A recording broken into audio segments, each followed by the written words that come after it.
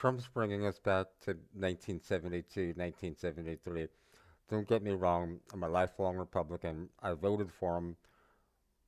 Gaza, he lost me. But Kerry Cassidy says a lot of kooky things. But about 5 years ago, she used to make sense.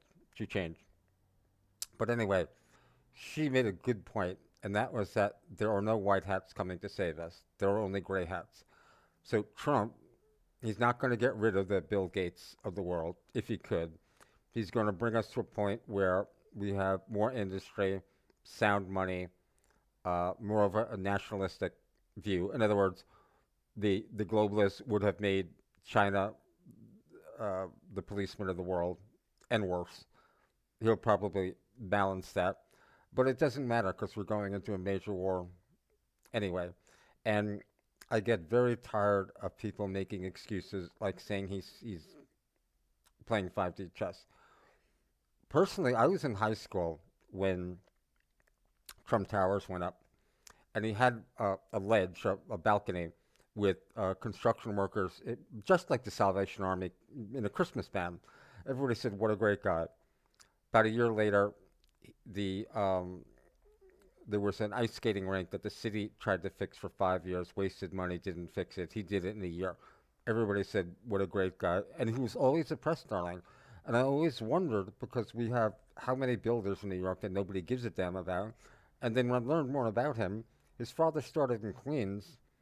I don't think the big boys let you jump in Manhattan unless you're one of them. In other words, I think he was groomed for this. Is that a good or a bad thing? I don't know anymore. But it is what it is. But don't expect, in my opinion, Bill Gates or any of these people to go to jail anytime soon. And Robert Edward Steele claimed to be ex-Marine, ex-CIA.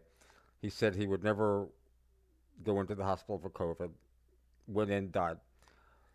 I had mixed feelings about him, whether he was for real or not. But he said a couple of years ago he thought that there was a film of Trump killing the young girl, smashing her head in the wall. And he was like, get the Delta Force to find the copy. But if that's true, um, don't expect a great deal out of Trump. I mean, we could be, I would say again, back to 1972, before we went off the gold standard. So hopefully you like that. Bye bye.